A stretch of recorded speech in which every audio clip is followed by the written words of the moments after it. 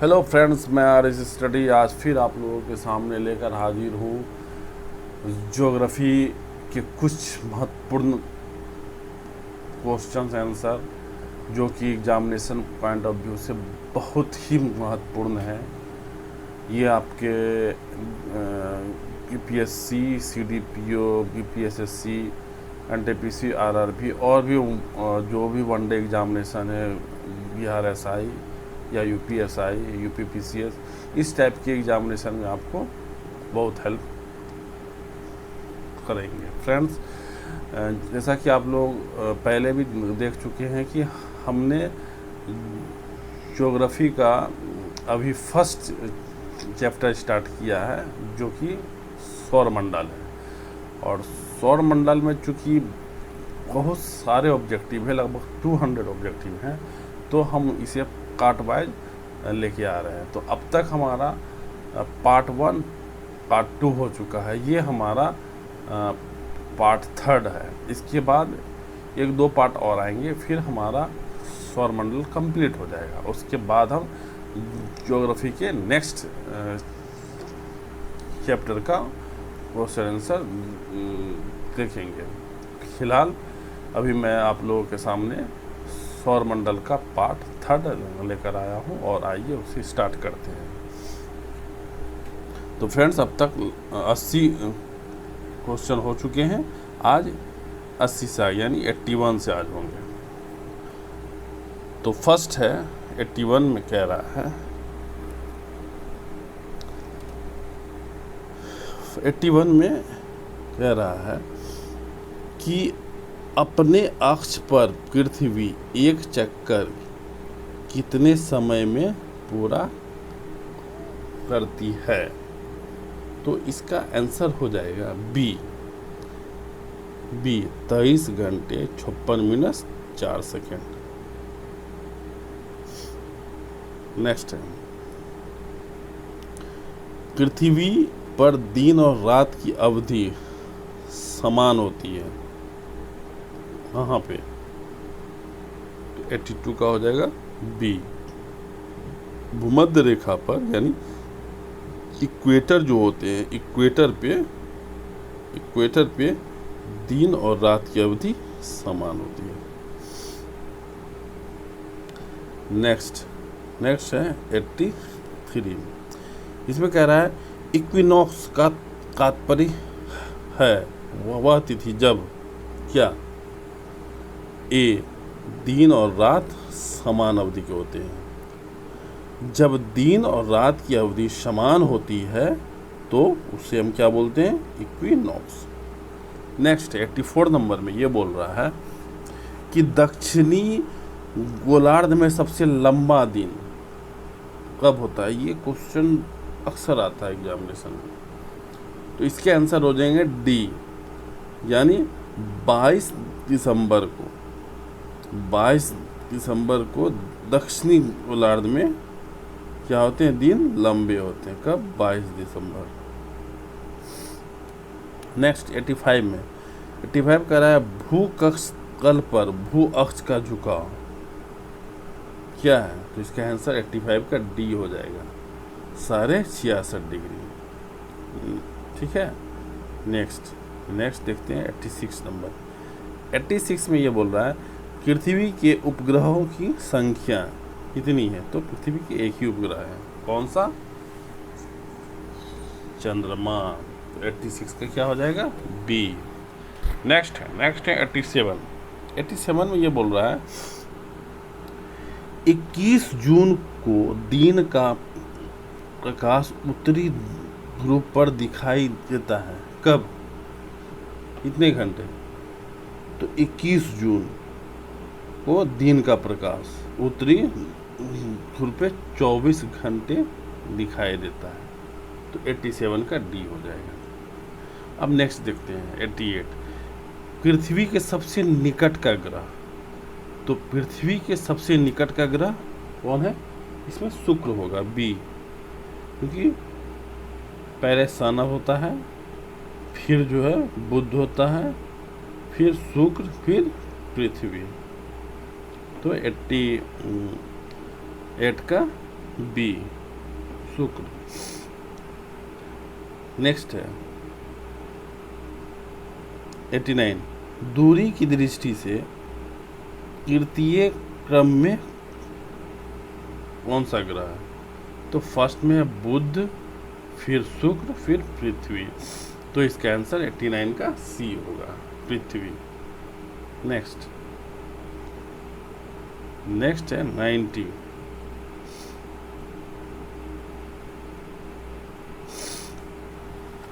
में है पृथ्वी अपने परिक्रमण मार्ग पर परिक्रमा करते हुए अपने अक्ष द्वारा कक्षा तल पर कितने डिग्री का कोण बनाती है? कितने डिग्री का? 66.5 डिग्री। तो 90 नंबर का क्या होगा? बी। 91 है, निम्न में से किन तिथियों को सूर्य की किरणें विषुवत रेखा पर सीधी पड़ती है? तो विषुवत रेखा पे सीधी अब पड़ती है 21 मार्च और 23 सितंबर को, यानी डी आंसर होगा। फ्रेंड्स अब 92 देखते हैं। 92 में है, निम्नलिखित में से कौन सा तारा पृथ्वी के सर्वाधिक समीप है? ये बताइए। तो इसका आंसर क्या होगा? सूर्य। सूर्य जो है फ्रेंड वो भी एक स्टार ही है। नेक्स्ट है 93, यह किसने सर्वप्रथम प्रतिपादित किया कि सूर्य हमारे सौर मंडल के केंद्र में है और पृथ्वी उसकी परिक्रमा करती है? तो 93 का कौन? D, Copernicus. ठीक। नेक्स्ट 94 में, जब दिन और रात की अवधि बराबर होती है तो सूर्य की किरणें सीधी पड़ती है कहाँ पर? भूमध्य रेखा पर। तो आंसर क्या होगा 94 का? बी। 95 में कह रहा है, यदि पृथ्वी एवं अंतरिक्ष के बीच से वायुमंडल को हटा हुआ माना जाए तो आसमान का रंग ऐसा होगा। इसका आंसर डी होगा, ब्लैक। आसमान का रंग ऐसा होगा, ब्लैक होगा, डी। अब 96 है। 96 में कह रहा है, पृथ्वी की परिधि क्या है? पृथ्वी की परिधि यानी ये पृथ्वी है और इसका परिधि, ठीक है। तो परिधि इसका है कितना? 40,075 किलोमीटर, ये पृथ्वी का परिधि है। नेक्स्ट 97 में कह रहा है, किस तिथि को उत्तरी गोलार्ध में सबसे लंबा दिन होता है? तो ए 21 जून को सबसे लंबा दिन होता है। 98 में कह रहा है, किस तिथि को उत्तरी गोलार्ध में सबसे छोटा दिन होता है? तो सबसे लंबा दिन तो 21 जून को होता है और सबसे छोटा दिन कब होता है ये बताएं? तो 22 दिसंबर को, यानी डी आंसर होगा। नेक्स्ट देखते हैं। नेक्स्ट क्वेश्चन है 99 में ये कह रहा है, ध्रुवों पर दिन की अवधि होती है कितनी? तो दिन की अवधि जो होती है वो 6 माह की होती है, ठीक है। तो इसका आंसर बी होगा। 100 में कह रहा है, निम्नलिखित में से किस ग्रह का औसत घनत्व सबसे अधिक है? तो इसका 100 का डी, बुध का जो है औसत घनत्व सबसे अधिक है। 101 में कह रहा है कि किसने सबसे पहले पृथ्वी की परिधि को मापा? तो पृथ्वी की परिधि को सबसे पहले कौन मापा था? इरेटोस्थेनीज, यानी डी आंसर। नेक्स्ट कह रहा है 102 में, पृथ्वी का ध्रुवीय व्यास उसके विषुवतीय व्यास से कितना कम है। ठीक है, तो इसका आंसर क्या होगा? B 43 kilometre. नेक्स्ट 103 में करा है पृथ्वी का विषुवतीय व्यास कितना है।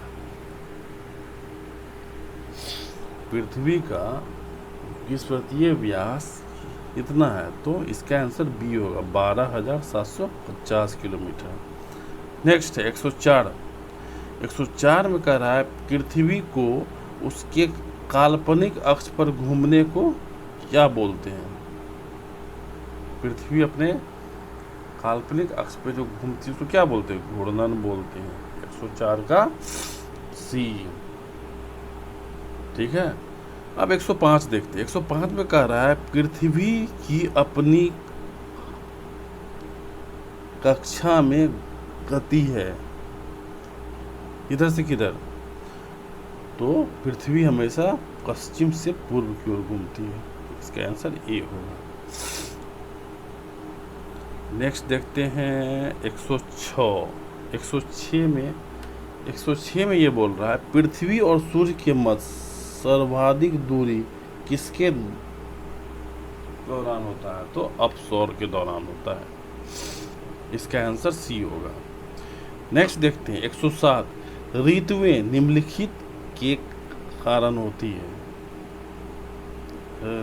मतलब ऋतुएं क्यों होती है, अलग अलग जो ऋतु आती है वो क्यों आती है? तो इसका बी आंसर होगा। 107 का बी, सूर्य के चारों ओर पृथ्वी का परिक्रमण के कारण। मतलब जो है सूर्य है और इसके चारों ओर जो पृथ्वी घूमती है, इसी परिक्रमण के कारण जो है क्या आता है? ऋतु आता है। ठीक है, तो इसका आंसर बी होगा। नेक्स्ट 108 में कह रहा है पृथ्वी के आकार में, पृथ्वी से आकार में छोटे ग्रह कौन सा है? तो शुक्र और मंगल आकार में पृथ्वी से छोटे। 109 में कह रहा है कि निम्न में से किसने पहली बार कहा कि पृथ्वी गोल है? अरिस्टोटल, जिसे कि हम लोग अरस्तु भी बोलते हैं। तो अरिस्टोटल जो है ये कहा पृथ्वी गोल है। नेक्स्ट बोल रहा है 110 में ये कह रहा है पृथ्वी की धुरी क्या है? झुकी हुई है। 110 का ए। नेक्स्ट 111 फ्रेंड, 111 में कह रहा है पृथ्वी के अतिरिक्त किस ग्रह पर वायुमंडल पाया जाता है? तो इसका सीधा आंसर सोचना नहीं है, मंगल होगा। अब नेक्स्ट 112 लाल रंग का दिखाई देने वाला ग्रह, तो इसका भी आंसर वही होगा, मंगल होगा। नेक्स्ट कह रहा है पृथ्वी के अतिरिक्त किस ग्रह पर ऋतु परिवर्तन संभव है? तो बस इसका भी आंसर क्या होगा? वही मंगल। नेक्स्ट है पृथ्वी के अतिरिक्त किस ग्रह पर मानव उपस्थिति की संभावना है? तो मानव उपस्थिति संभावना वही ए, मंगल पर। नेक्स्ट 115 में है, कह रहा है कि पृथ्वी प्रथम बार मंगल ग्रह पर उतरने वाला अंतरिक्ष यान कौन सा है? तो 115 का डी होगा, पाथफाइंडर जो है फर्स्ट बार मंगल ग्रह पे उतरा था। तो 115 का क्या होगा? 115 का डी। 16 किसमें पृथ्वी के अलावा अन्य जीवन की संभावना है? क्योंकि वहाँ का पर्यावरण जीवन के लिए महत्वपूर्ण, क्योंकि वहाँ का पर्यावरण जीवन के लिए बहुत अनुकूल है। मतलब पृथ्वी के अलावा ऐसा कौन सा ग्रह है जहाँ की वहाँ का पर्यावरण एनवायरनमेंट ऐसा है कि वहाँ जीवन जिया जा सकता है। तो 116 का बी मंगल। इस टाइप का क्वेश्चन जब भी है कि पृथ्वी के अलावा जीवन संभव कहाँ है, कहाँ एनवायरनमेंट है, तो ये इसका सीधा आंसर होना चाहिए मंगल। नेक्स्ट 117 में ये बोल रहा है एक ग्रह के दिन का मान और उसके अक्ष का झुकाव लगभग पृथ्वी के दिन के मान और झुकाव के तुल्य है। तो मतलब है कि ये ग्रह कौन सा है? तो इसका आंसर क्या होगा? वही मंगल, डी आंसर होगा। नेक्स्ट कह रहा है सौरमंडल का सबसे छोटा उपग्रह, सौरमंडल का सबसे छोटा उपग्रह बोल रहा है, तो ये डीमोस होगा। नेक्स्ट है रात्रि को आकाश में कौन सा ग्रह लाल दिखता है? तो मंगल लाल दिखता है। नेक्स्ट कह रहा है सौरमंडल का सबसे बड़ा ग्रह, तो सौरमंडल का सबसे बड़ा ग्रह कौन है? बृहस्पति। इसका आंसर सी होगा, 120 का सी। 121 में कह रहा है कि बृहस्पति ग्रह पर लाल धब्बे किस संकेत के सूचक हैं? तो इसका आंसर क्या होगा? सी, अशांत बादल। 122 में ये कह रहा है कि संयुक्त राज्य अमेरिका ने किस ग्रह की खोज के लिए गैलीलियो नामक अंतरिक्ष यान भेजा था? तो 122 का क्या होगा? बी, बृहस्पति की खोज के लिए। नेक्स्ट 123 मैगलन अभियान किस ग्रह से संबंधित है? तो मैगलन अभियान बृहस्पति से संबंधित है। 124 सुमेकर लेवी 9 धूमकेतु किस ग्रह से टकराया था? तो इसका 124 का सी, बृहस्पति से। ठीक, उस पर नेक्स्ट क्वेश्चन है, ये संभवतः लास्ट हो, हाँ लास्ट है। नेक्स्ट क्वेश्चन है सूर्य के गिर्द परिक्रमा में निम्न में से कौन सा ग्रह अधिकतम समय लेता है? मतलब इसका कहने का मतलब है कि यहाँ सन है और इसका चारों चक्कर लगाता है सारे ग्रह, तो इनमें से कौन सबसे ज़्यादा टाइम लेता है?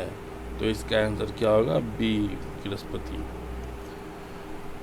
तो फ्रेंड्स ये थे हमारे सौरमंडल के कुछ महत्वपूर्ण क्वेश्चन के पार्ट 3, वीडियो पार्ट 3।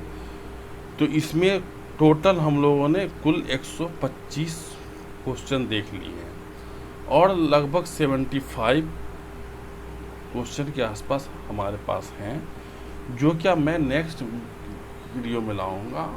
हमारा कोशिश ये होगा कि वो एक साथ ही हो जाए, या हो सके तो आधा इसके बाद वाले वीडियो में और आधा उसके आगे वाले वीडियो में ले आएंगे। ठीक है।